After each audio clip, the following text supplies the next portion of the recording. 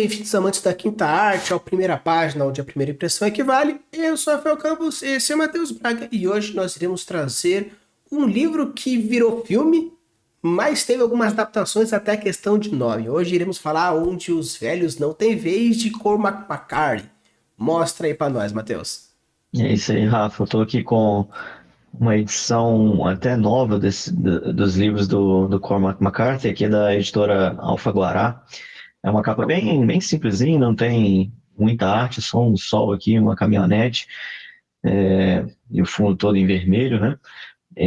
Parece que esses livros, as versões anteriores estavam já esgotadas, não estava produzindo mais, e aí parece que agora é recente a Alfaguará fez uma repaginada e trouxe pra gente os livros do Cormac McCarthy. É, Como o Rafa comentou, né, o filme até foi bastante premiado, chegou a ganhar o Oscar, né, que é Onde os Fracos Não Têm Vez, a tradução para o português, né, do cinema, mas o título original aqui para o livro, então, é Onde os Velhos Não Têm Vez, né. Mas enfim, Rafa, nada disso importa para a gente quer ver as técnicas utilizadas pelo autor aqui na primeira página, e se lendo elas a gente viraria ou não, daria continuidade na história ou não. Vamos lá. Onde os velhos não têm vez, Cormac McCarthy. Mandei um garoto para a câmara de gás em Huntsville. Foi só um. Eu prendi e testemunhei contra ele. Fui até lá conversar com ele 2 ou 3 vezes. 3 vezes. A última foi no dia da execução. Eu não tinha que ir, mas fui. Claro que não queria ir. Ele tinha matado uma garota de 14 anos e posso te dizer hoje que nunca tive muita vontade de conversar com ele, muito menos de ir à sua execução. Mas fui. Os jornais diziam que tinha sido um crime passional e ele me disse que não havia paixão nenhuma naquilo. Andava saindo com essa garota, mesmo tão jovem como ela era. Ele tinha 19 e me disse que estava planejando matar alguém desde quando era capaz de se lembrar. Disse que se o soltassem, ia fazer de novo. Disse que sabia que ia para o inferno. Disse isso para mim com sua própria boca. Não sei o que pensar disso. Não sei mesmo. Achei que nunca tinha visto uma pessoa assim. E fiquei me perguntando se ele seria de uma nova espécie. Fiquei observando enquanto amarravam ele no assento e fechavam a porta. Ele talvez parecesse um pouco nervoso, mas era tudo. Eu realmente acredito que ele sabia que estaria no inferno dentro de 15 minutos. Acredito nisso. E já pensei um bocado a respeito. Não era difícil conversar com ele. Me chamava de xerife, mas eu não sabia o que dizer a ele. O que você diz a um cara que, segundo ele mesmo, não tem alma? Por que você diria alguma coisa? Pensei bastante sobre isso, mas ele não era nada comparado ao que viria pela frente. Dizem que os olhos são a janela da alma. Não sei para onde aquelas janelas davam e acho que preferiria nem saber. Mas há uma outra visão do mundo lá fora e outros olhos para enxergarem essa visão. E é aí que estou querendo chegar. Me trouxe a um lugar na minha vida com que eu não teria sonhado. Em algum lugar lá fora há um profeta da destruição, vivo e verdadeiro, e eu não quero confrontá-lo. Sei que ele é real. Já vi sua obra. Caminhei diante desses olhos uma vez. Não vou fazer isso de novo. Não vou me arriscar a me levantar e ir lá me encontrar com ele. Não é só por ser mais velho. Queria que fosse por isso. Não posso dizer nem que seja pelo que se está disposto a fazer, porque eu sempre soube que você tem que estar disposto a morrer se quer fazer esse trabalho, para começo de conversa. Isso sempre foi a verdade. Não é para me gabar, mas é o que é. Se não estiver disposto, eles vão saber. Vão ver isso num piscar de olhos. Acho que se trata mais daquilo que você está disposto a se tornar. E acho que um homem teria que colocar sua alma a prêmio. E eu não vou fazer isso. Acho agora que talvez nunca viesse a fazer. Ok. Uma introdução, Rafa. A gente repara que a primeira página inteira é itálico, né? Mas o livro em si ele segue sem o itálico, né? Então tem essa primeira, quase que um prólogo, talvez, né? É uma página e um pouquinho, esses dois parágrafos relativamente grandes, né? Mas é isso. Bora lá. Bora lá. No caso aqui, a gente já começa com um simples, né? Antes de começar. Uhum. E E a primeira frase, se a gente considerar até o primeiro ponto, mandei um garoto para a câmara de gás em Huntsville. A primeira coisa que você já consegue imaginar, obviamente, é câmara de gás, Segunda Guerra Mundial, onde se popularizou esse tipo de coisa. Então, você já pensa, pelo menos, ó, a primeira frase te traz muita ideia de que você não vai simpatizar com o protagonista, porque até então ele é nazista. Pelo menos é o que traz como primeira coisa, né? E tá mandando um garoto, né? E tá mandando um garoto. Depois ele tenta meio que desconversar, mas foi só um. Eu prendi, testemunhei. E aos poucos ele vai se quebrando de uma forma que vai mostrando que, primeiramente, não é, no caso, o que a gente imaginava, que a gente já começa de Querendo cara julgar, já né? julgando o cara, mas vai quebrando ele de uma tal forma, e ele vai se quebrando de uma tal forma, que você já começa a imaginar que talvez o que aconteceu com o menino fosse pouco. Porque dali ele foi meio que para uma cadeira elétrica, pelo menos é o que dá, é o que se dá para parecer. Ele foi amarrado e tudo mais, depois de 15 minutos. Normalmente esse é um tempo de execução de uma cadeira elétrica. Então, se dá a entender de que ele foi mandado aí para pro Beleléu a partir daí. Então, mas de qualquer forma você percebe esse movimento introspectivo juntamente com esse questionamento pessoal do protagonista. Sim. Bom, aí você comentou a primeira frase aí, eu acho ela bem potente, Rafa. Mandei um garoto para a cama de gás em Huntsville. É claro que não é a proposta aqui como o autor escolheu, né, de fazer esse parágrafo grande, né? A gente sugeriria normalmente que desse um enter aqui para dar aquela quebrada e dar aquele impacto maior, né? Ele já vai seguindo já, porque aí, querendo ou não, ele meio que já vai se desculpando logo em seguida, né? Eu acho que o impacto poderia ser maior se fosse só uma primeira frase, mas como é essa característica em itálico, primeira pessoa, introspectivo, eu acho que ele englobou isso tudo aí para escrever um parágrafo maior, né? Mas é uma primeira frase para mim de bastante impacto, né?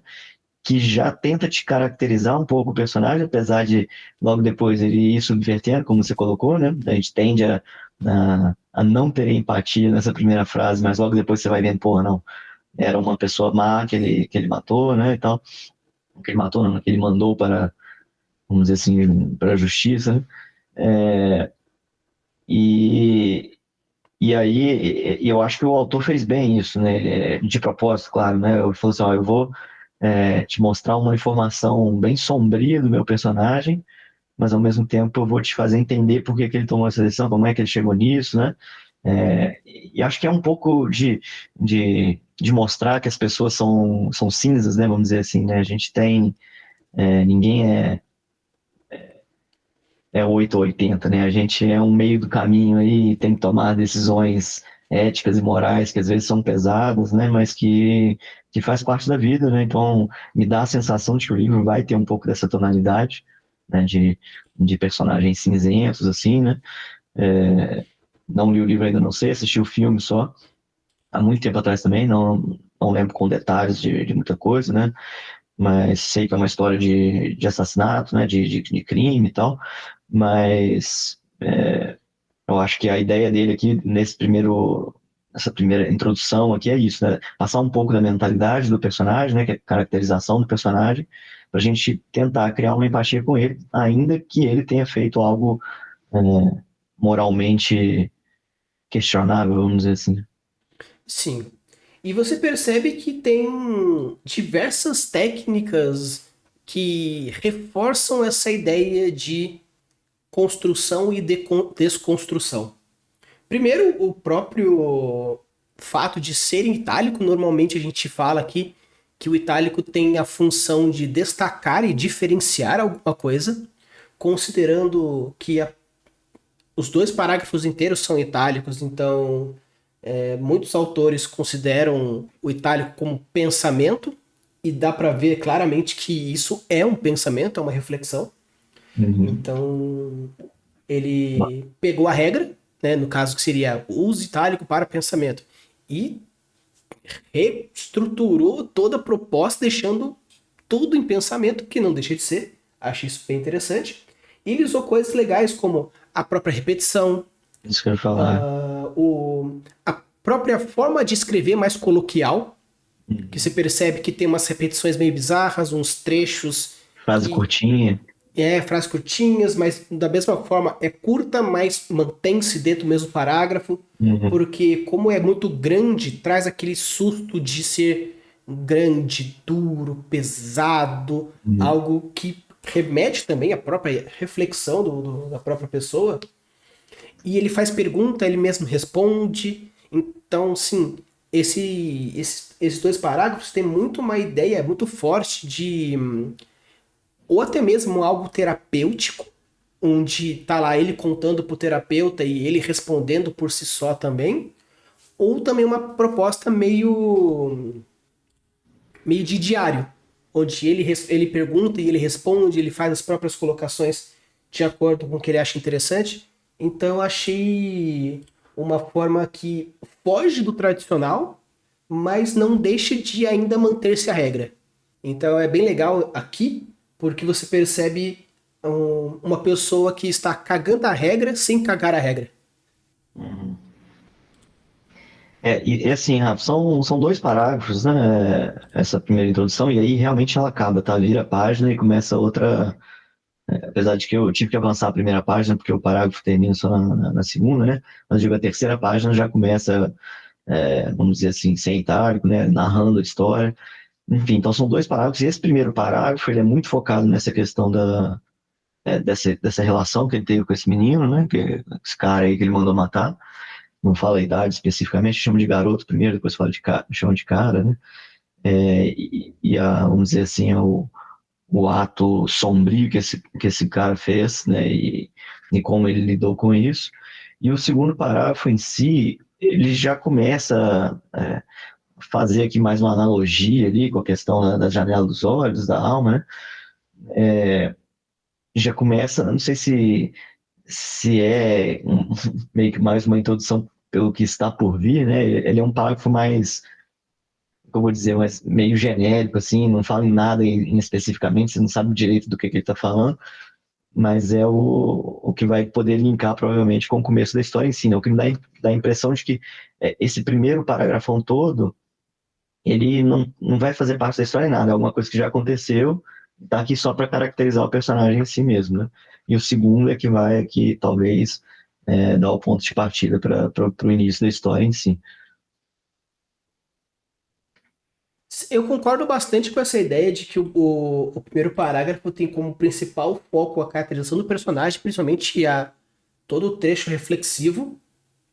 E o que eu achei interessante é ele colocar aqui: não sei, não sei que ele é real, já vi sua obra. Caminhei diante de seus olhos uma vez. Não vou fazer isso de novo. Não vou me arriscar a me levar e me encontrar vez com ele, não só porque ele é mais velho. Queria que fosse por isso, mas posso dizer que seja pelo desgosto de fazer isso. Então, assim, é legal porque onde os velhos não têm vez, e ele fala que não quer encontrar uma pessoa, não porque ele é mais velho, antes fosse isso, então eu achei interessante esse trechinho na meiuca do parágrafo, porque ele já faz Link uma com o citação ao título. título. Então Uhum. eu achei bem legal porque. E esse trecho que me trouxe a ideia de que realmente esse segundo parágrafo seja talvez importante para plot. Porque Uhum. se ele referencia o título, então talvez esse velho ou alguma relação que tenha com esse velho faça alguma diferença mais notoriamente. E concordo com você sobre a história, esse primeiro parágrafo não trazer o gênero da história, mas pelo menos propor um tom. Então, sim. Nem que seja um tom do personagem. Talvez a história seja tiro, porrada e bomba e corre, corre pra lá e pra cá, algo que quebraria totalmente um contraste com essa primeira página que é estupidamente reflexiva. Mas pelo menos aqui gera essa ideia de que o protagonista é alguém cauteloso, reflexivo, introspectivo de alguma forma, Uhum. né? Não impede dele meter um tiro na cara de alguém. Mas você percebe que o Cormac quis trazer uma ideia de que o protagonista tem camadas. Talvez Uhum. ele não desenvolva, talvez ele queira até fazer um iceberg oco, algo que eu particularmente não gosto, mas trazendo toda essa reflexão de que o protagonista pensa e reflete e tudo, né? Caso ele não desenvolva o protagonista na história, pelo menos não psicologicamente, você já começa a criar hipóteses porque você cogita que ele seja profundo por causa dessa introdução. Uhum. Então talvez tenha um pouco disso nessa profundidade, talvez. Não, com certeza. E aí você falou sobre o velho, aí eu estava até voltando aqui para ver onde começa a referência em si, né? Ele fala que em algum lugar lá fora, né, há um profeta da destruição, né? Esse cara, e ele fala que já encontrou, né, que não quer encontrar de novo, né? E fala sobre estar disposto a morrer, né? Eu acho que esses tópicos são os tópicos provavelmente que vão ser a discussão da obra em si, sabe? Tipo, pelo menos é o que ele me dá a entender aqui, né, nesse segundo parágrafo. É sobre isso que eu vou estar falando, né? É sobre destruição, é sobre o lado sombrio das pessoas, é sobre estar disposto a morrer, né, na profissão dele, aí no caso. Então, acho que ele, de certa forma, tentou passar o tom dessa história nos dois parágrafos, mas mais aqui talvez seja o conflito dele aqui, né? Não sei, nesse segundo parágrafo. Então, de modo geral, assim, Rafa, é uma introdução com bastante caracterização de personagem, né? E acho que tom da história, com uma primeira frase poderosa, para mim é uma primeira página bacana. Sim, eu acho legal também o fato de que ele fecha o último parágrafo com: eu acho que um homem teria que colocar a sua alma a prêmio, referenciando todo o inferno e tudo que ele já trouxe até então. E eu não vou fazer isso, meio que mostrando essa, talvez, os fatores morais e os valores que talvez o personagem passe ou quebre, porque aqui diz que ele nunca faria isso. Mas em tese, ele disse: ah, eu nunca pensei que eu iria testemunhar. Testemunhou. Nunca pensei que eu ia na execução de alguém. E fez. Então, assim, ele está colocando uns limites que você já percebe no decorrer do parágrafo que ele fala que não, mas ele passa dos limites que ele Uhum. coloca. Então, apesar de ser totalmente despretensioso, você percebe uma possível promessa do que, tipo, ó, pode ser que esses sejam os meus limites atuais, mas talvez deixe de ser no decorrer da história. Porque até coloca: acho agora que talvez nunca viesse a fazer. Acho que agora, talvez. Ele colocou tantas condicionais que parece muito do tipo. Você querer se enganar. E no caso, querer enganar a gente, mas como nós estamos na cabeça dele, então eu acho que vale como uma gigantesca promessa de: esses são os meus limites e agora vocês vão ver como que fez para o que eu fiz para quebrá-los. Então eu acho que tem um pouco desse fator.